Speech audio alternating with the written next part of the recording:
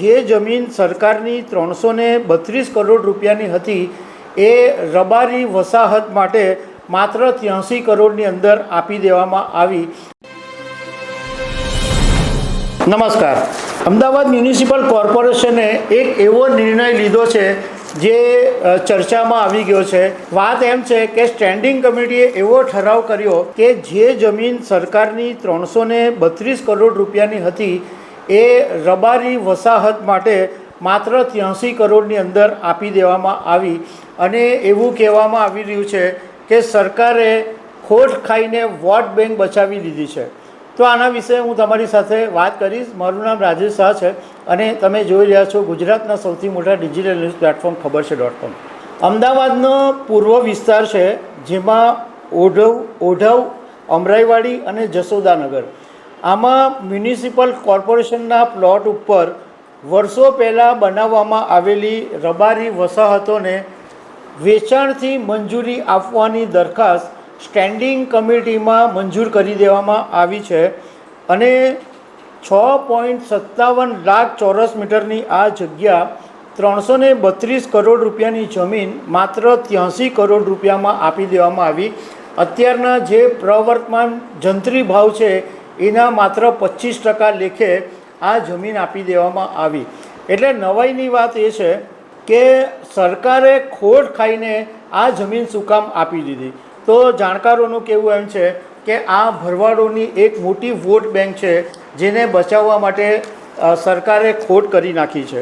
હવે આ જે દરખાસ્ત સ્ટેન્ડિંગ કમિટીએ કરી છે એ ફાઇનલ નથી, કારણ કે સ્ટેન્ડિંગ કમિટીએ જે ઠરાવ કર્યો એ રાજ્ય સરકારને મોકલવામાં આવ્યો છે।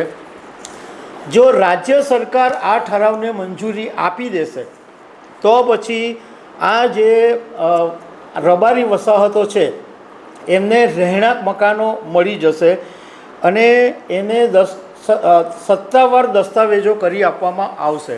એએમસીના સ્ટેન્ડિંગ કમિટીના ચેરમેન દેવાંગ દાણીએ મીડિયા સાથેની વાતમાં આ માહિતી આપી કે 4 રબારી વસાહતો છે જે આ ઓઢવ, અમરાઈવાડી, જશોદાનગર વિસ્તારમાં આવેલી છે।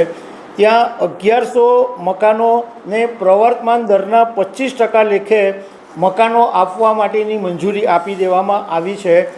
નવાઈની વાત એ છે કે ઓઢવ વિસ્તારની અંદર આ ગેરકાયદે જે વસાહતો હતી એને સરકારે તોડી પાડી હતી, સરકારે મકાનો તોડી પાડ્યા હતા અને રબારી સમાજના આગેવાનો તે વખતે પછી મેયર, ભાજપના મંત્રી અને ભાજપના નેતાઓ એ બધાને મળ્યા હતા અને આ વિનંતી કરી હતી કે એમને આ જે છે એ એમને વેચાણથી આપવામાં આવે અને આ સ્ટેન્ડિંગ કમિટી હવે ઠરાવ કરી દીધો અને રાજ્ય સરકારને મંજૂરી માટે મોકલી દીધો છે।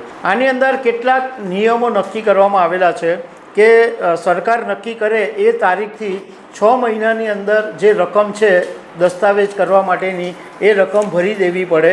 જો 6 મહિના પછી એ રકમ ભરવામાં આવે તો અત્યારનો જે પ્રવર્તમાન જંત્રી છે એના દરે પછી પૈસા ભરવા પડે। એ ઉપરાંત સરકાર જે શરતો નક્કી કરે એ શરતો મુજબ માન્ય જે પણ રહેણાંક મકાનો નક્કી કરવામાં આવશે એને માન્ય રાખવા પડશે। 10 વર્ષ સુધી આ રહેણાંક સિવાય ઉપયોગ નહીં થઈ શકે, એટલે ટ્રાન્સફર નહીં થઈ શકે, વેચાણ બી નહીં થઈ શકે, કોઈને ભાડે પણ નહીં આપી શકાય। બીજી એક નવાઈની વાત એ સામે આવી આની અંદર કે આનો વિરોધ તો કરવાની વાત સાઈડ પર રહી, પરંતુ નેશનલ યુથ કોંગ્રેસના રાષ્ટ્રીય પ્રવક્તા કપિલ દેસાઈએ તો સરકારના નિર્ણયને વખાણ કર્યા અને સાથે સાથે પાછું એમ બી કીધું કે અમે રાહત માટે હજુ પણ સરકાર રાહત આપે એના વિશે માગણી કરીશું। 332 કરોડની જમીન ખાલી 83 કરોડમાં આપી દીધી અને તમને એ જાણીને પણ નવાઈ લાગશે કે જો પ્રવર્તમાન જંત્રી પહેલાં સરકારે આ ઠરાવ કર્યો હતો તો આ જમીનની કિંમત 1300 કરોડ રૂપિયા હતી। એટલે એમ કહી શકાય કે અત્યારે પાણીના ભાવે સરકારે આ રબારી સમાજને જમીન આપી દીધી છે।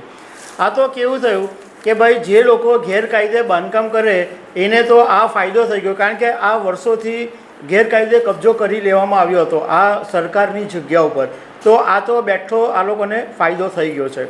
તો દર્શક મિત્રો, આવી અનેક વાતો સાથે અમે તમને મળતા રહીશું. Thank you very much.